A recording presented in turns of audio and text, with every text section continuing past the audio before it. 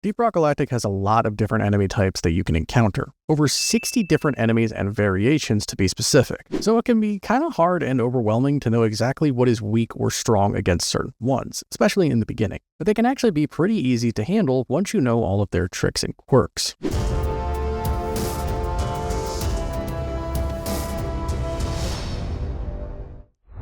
So today we are going to do something grand in scale to help out as many miners as we can. We're going to go through a large chunk of the enemies in the game and talk about all of their tricks and stats so you know what you're going up against and how to stop them.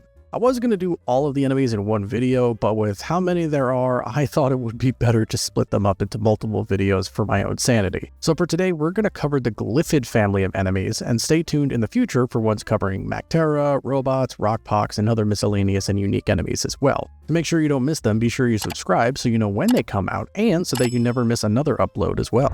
So the Glyphid family of enemies I think needs no real introduction. They are the bread and butter main force that you will encounter while traversing the caves of Oxus. There are many different forms of the Glyphids, from small pests to large monstrosities, and we're going to go through all of them, and there are a few things that we are going to mention about each of them. Just one small note, I'm not going to be covering the Dreadnought variants or any Glyphid types that they specifically summon, or things like the Cursite or Ebonite enemies, since those are linked to specific missions and events. So we're going to cover each enemy in terms of how common they are, or if there's any specific biomes that they can or can't spawn in, their base health factor, any weaknesses or resistances they may have, any weak points that they may have, the types of armor that they have, if any at all, any special moves or attacks that they have, good ways to deal with them, and lastly their priority level, which is how much you should prioritize taking them out if they show up in a swarm. So without further ado, let's get started.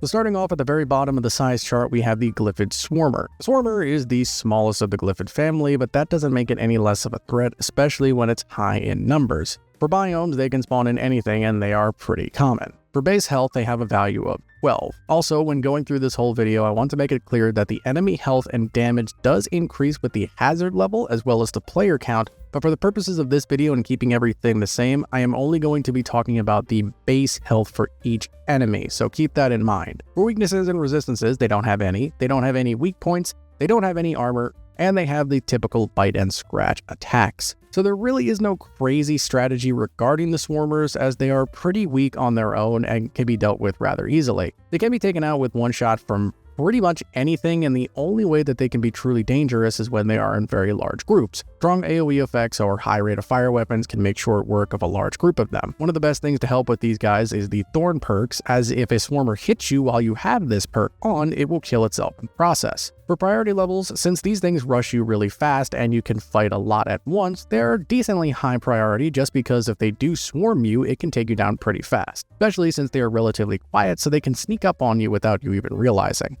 Next, we have a very weird unit with the Brood Nexus. The Nexus is more of a structure than an enemy. They can spawn in any biome, and they are relatively uncommon. They have a base health of 1800. They have no weaknesses or resistances. They have weak points in the glowing yellow eyes they have, and they don't have any particular armor to speak of. For attacks, the Brood Nexus itself doesn't really actually have any attacks, and what it normally does is just spawn the Glyphid spawners. The spawners themselves are pretty much the exact same thing as the Swarmers, except they have even less base health with only 5.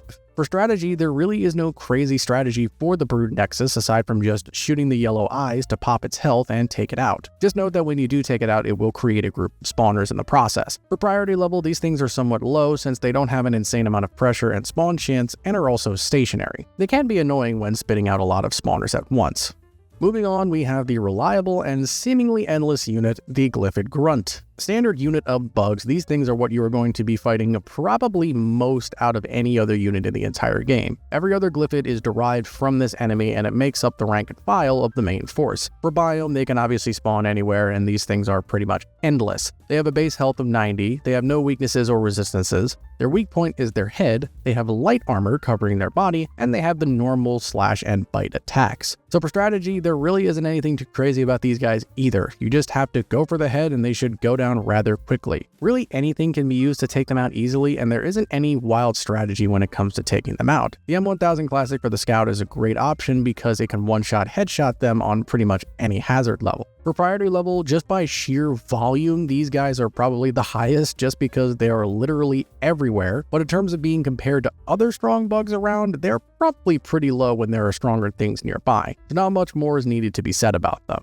Next up, we have the Glyphid Slasher, a slight but powerful variant of the normal Grunt. The Slasher boasts a bit higher movement speed as well as significantly higher base attack damage and the ability to slow down players. For biome, they can spawn anywhere and they are pretty common. They have a base health of 148, they are weak to explosive damage, but they are not resistant to anything. Their weak point is their head, and they have light armor covering their body. So for attacks, first, the Slashers by default do twice as much damage as the Grunts, which makes them way more dangerous. So much so that only one hit is enough to break your shields. On top of that, they have a unique attack known as the Crippling Slash, where they do damage and stop you from being able to sprint for about a second, and you also move a lot slower as well. So simply put, they can hit you pretty hard and stop you from moving. In terms of strategy, while there isn't that much of a difference between them and the normal Grunts, you want to be a little bit more aggressive at trying to take these guys out, because if just a few of them gang up on you, it can be disastrous very fast. It's more than likely that a swarm will have at least a few of these guys included, so you should scan the swarm as best you can to try to find these guys and take them out as fast as possible.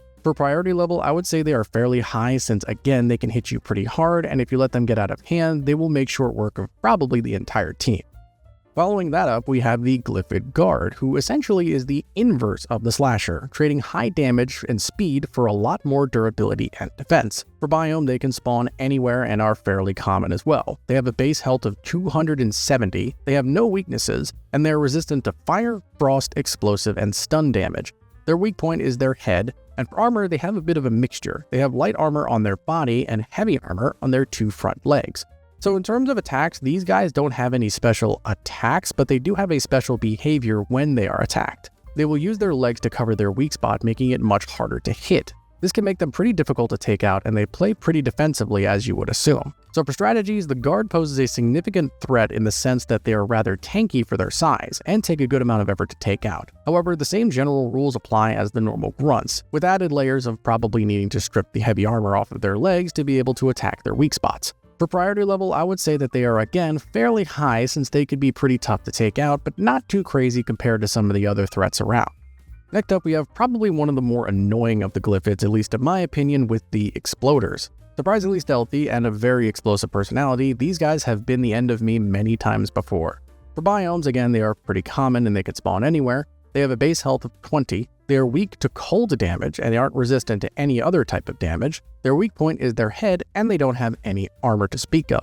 For attacks, these guys don't attack in the traditional sense of running up and hitting you. Instead, they get close to you and trigger themselves to explode, dealing wide area damage as well as carving a small crater into the ground. Naturally, the closer you are to the center of the explosion, the more damage you take. So these guys, quite frankly, are annoying, and they could take you out very fast, especially if you're not paying attention. They are surprisingly quiet and are able to sneak up on you very fast. Thankfully, they are very bright and orange if you can spot them, and since they have very little health, they can be dealt with pretty easily. Also, if you do freeze them, they will not explode, so things like the Driller's Cryo Cannon and the Scout's Cryo Grenades are pretty good. For priority level, I would say that they are not the most oppressive thing to take out unless you are on higher hazard levels, as you can most of the time take them out without even realizing if you have heavy AoE. And a lot of it comes down to if you are getting ambushed or not.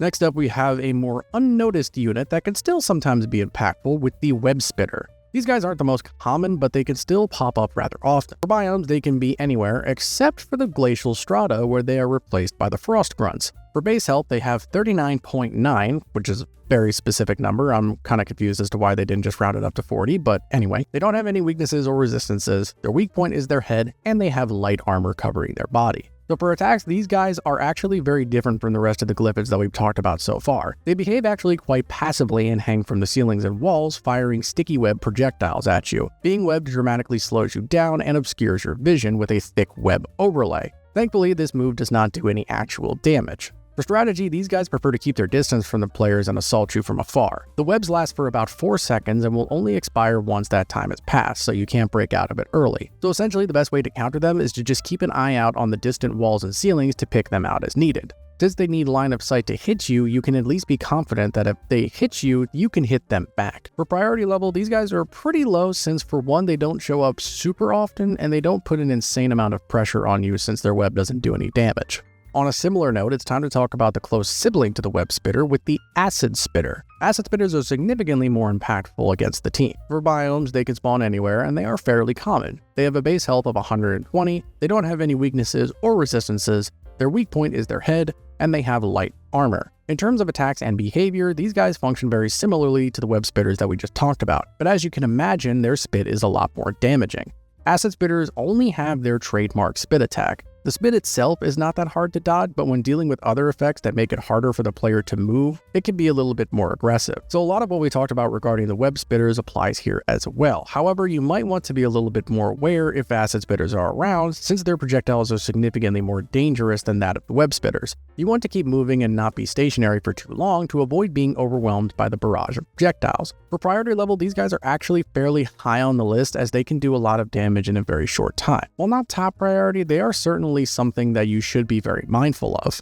Next up, we have one of the more infamous of the Glyphid families that has been a very polarizing unit since its initial release, with the Septic Spreader. Similar as well to the Acid Spitter, however much more destructive and able to cover a wider area. For biomes, they can spawn anywhere and are somewhat uncommon. They have a base health of 270, they have no weaknesses or resistances, their weak spot is the large sack they have on their back, and they have light armor on its legs and back. So similar to the two spitters that we talked about prior, the Septic Spreader solely uses ranged attacks and strikes from a distance. Unlike the two spitters, however, its projectiles function very differently. Think of the spitters as like a sniper rifle and the spreader as a kind of grenade launcher. Fires these big clumps of goo that impact and splatter into a big corrosive puddle on the ground that will deal poison damage over time. For strategy, these guys are rather straightforward in practice, but they don't make it super easy for you. They tend to try to get away from the player if they get too close, and because their projectiles are able to arc, they tend to hang around ledges and corners where they normally can't be hit. Their relatively high health pool can also make them kind of tanky. Thankfully, their weak spot is the large sack they have on their back, which is also red and glowing, so it's easy to see. They also have a very unique scream, so you can tell when one is nearby. When you take them out, they do burst into puddles as well, similar to the exploders, so be sure you're not too close when they do perish. One last thing to note is that you can actually shoot the projectiles they fire out of the air before they reach you, which can be pretty useful. For priority level, these guys are pretty high because they can make the entire battlefield very dangerous for the whole team, especially if there's several of them. If you hear the screams, be sure to find them as soon as you can.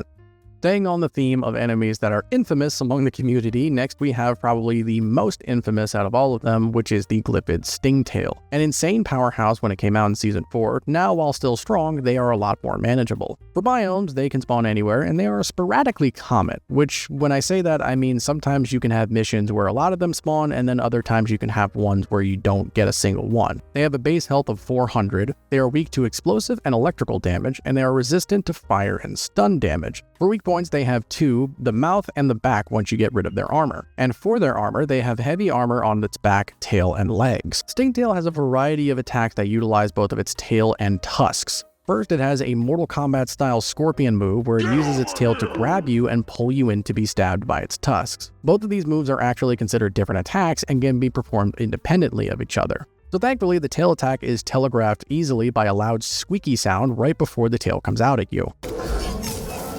To avoid being grabbed, you want to quickly change directions before the Stingtail launches its attack. These guys can yank you around a lot, which can be very deadly, especially when they take you over an edge to your death. Simply keep moving and listen for the cry so you know when to change course. Good armor shredding can help you make short work of them by exposing their weak point under their breakable layer of armor on the top of its head and back. In terms of priority, these guys are pretty high just because of how much they can disorganize the team and pull you into really bad situations. Next up, we have probably the largest ranged enemy in the Glyphid family with the Menace. If the normal spitters are snipers and the spreader is a grenade launcher, then these guys are like full auto machine guns and yet somehow are still sneaky. For biome, they can spawn anywhere and are fairly uncommon. They have a base health of 700, they don't have any weaknesses or resistances, they have two weak points, one on the head and one on the side sacks, and they have heavy armor on their back and chest. Now the Menace makes use of hit-and-run style attacks and can rapidly move across the map by burrowing and then unburrowing. It prefers to hang off the walls, and to attack, it fires a barrage of acid at a high rate of fire that can easily take down a player's health. So if the Menace takes any damage, it will burrow into the cave walls and find a new location to attack from. When it does emerge, it makes a gurgling sound that I can really only describe as a kind of burping. This will let you know that a Menace has emerged somewhere, and you should look at the walls and ceiling to try to find it. High accuracy weapons to hit the weak spots are your best bet, and stunning and electricity can stop it from burrowing to give you an opening to take it out. For priority level, these guys are quite high since they can gun you down pretty quickly, so make sure to look out for them once you hear the burping. Next we have the Glyphid Warden, who is probably one of the most unique enemies in the game and a personal favorite of mine. These guys support the rest of the swarms rather than face checking the players. For biomes, they can spawn anywhere and are fairly uncommon. They have a base health of 800, they don't have any weaknesses or resistances, they have 2 weak points, their head and the bulb that's on their back, and they have heavy armor on their front legs, neck, and back. So for attacks, these guys are pretty simple because they don't actually have any attacks of their own. Even if you try to hug one, it literally can't attack you. Instead, what it does is buff nearby glyphids by giving them a huge defense buff and a slight heal over time. You can see which enemies are affected by the Warden by the blue beams leading from the Warden itself to the other enemies. However, if a Warden is by itself, it does have the ability to call Grunt reinforcements since it can't attack on its own. So these guys will tend to stick with a large group of enemies to benefit the most from the buffing. As such, you kind of need to be able to pick them out of a crowd, which is actually pretty easy since their weak spot is extremely easy to find and hit. High accuracy or heavy area damage can be good to either hit the weak spot or clear the crowds of enemies around the Warden. For priority, these guys are pretty high because they can make already difficult enemies even more dangerous by making them tougher to take out. So you should take these guys out pretty early compared to most other things. Next, to change things up, we're going to talk about the Big Bad Bulk Detonator, one of the most intimidating and volatile enemies in the entire game. For biomes, they can spawn anywhere, and they are pretty rare. They have a base health of 4,000. They don't have any weaknesses and are resistant to explosive damage. Their weak points are the bulbs that are scattered around on their body, and for armor, they have their own unique style of armor that essentially just functions as damage reduction.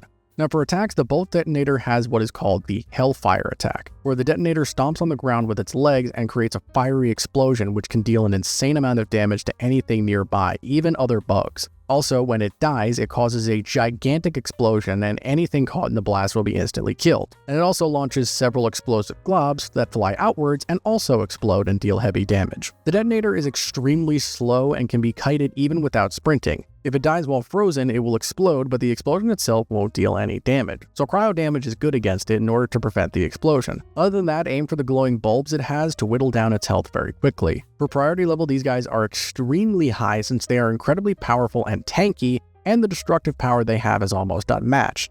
They are probably the highest priority when they do show up. To quickly also talk about the Crassus detonator, it is the exact same thing as the Bulk Detonator, however when it dies and explodes, it coats the crater in gold, which can seriously fill your pockets.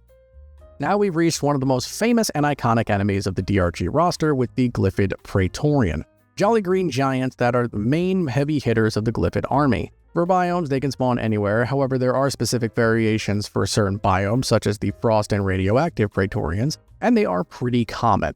They have a base health of 750, they don't have any weaknesses, and they are resistant to pierce, stun, and fear damage. Their weak point is their back, and they have heavy armor on its body and front legs. So aside from the normal melee and bite attacks, they also have their own trademark acid spray, where they spew out a spray of acidic chemicals, or frost or radiation, depending on which variant you have, which has a surprisingly long range. Also on death, they release a cloud of toxic gas. This gas cloud lingers for a few seconds, dealing constant damage to anything inside. The gas is also extremely flammable and can be ignited to produce a fiery explosion. So thankfully, despite their strong offensive and defensive capabilities, Praetorians are really slow, which is probably the biggest weakness that they have. As such, heavy armor breaking tools are very valuable in taking these guys down as it makes more of their body vulnerable. If not, then you can just wait for them to do their acid spray, which locks them in place, and then get behind them where you have a clear shot of their big glowing weak point. For priority, similar to the grunts, these guys are pretty high priority just because of the sheer volume that you fight them. They are without a doubt the most common heavy unit in the entire game that you fight, and as such, you will be fighting a lot of them. Last but certainly not least, we have the biggest and baddest of the normal Glyphid enemies in the game with the Oppressor, the juggernaut of the Glyphid family and the tankiest of all of them. For biomes, they can spawn anywhere and are somewhat common. They have a base health of 900, they are weak to melee damage and are resistant to fire, cold, explosive, electrical, stun, corrosive, and piercing damage. Their weak point is their back, and their armor is unbreakable on the entire front side, which means that you cannot break it and you can only hit it from behind. So the Oppressors have probably the biggest array of attacks in the entire game, at least for the Glyphid family. It has the standard bite and slash attacks, but also has things like the Sonic Stomp, which deal damage and send the players flying, the Rage Quake, which creates rock shockwaves that deal heavy damage, and like the Praetorian, they also release a death cloud of gas when they die, which can deal damage over time, and is of course still flammable. So the Oppressor, thankfully, is very slow, which is its biggest weakness. The best way to handle the Oppressor is to simply get behind it when it does one of its attacks that lock it into place so that you can hit its weak point on its back. Since the Oppressor is resistant to so many different damage types, it really is able to absorb just a huge amount of damage. One trick is you can actually hit it with a pickaxe power attack to deal a good amount of chunk damage, even if you don't hit it in its weak spot. For priority level, these guys are very high on the list because they are incredibly powerful and can deal insane damage if left unchecked. Well, that was a lot of bugs that we talked about, and hopefully now you know how to handle the Glyphids just a little bit better. Again, I will cover the other families of enemies, but it may be a while because this video was a lot to put together. So let me know what family you guys would like to see covered next. Anyway, I hope you guys found this video helpful. Don't forget to like, comment, and consider becoming a member today, as it really helps me out a lot. Rocket Stone Miners, I'll see you in the next video.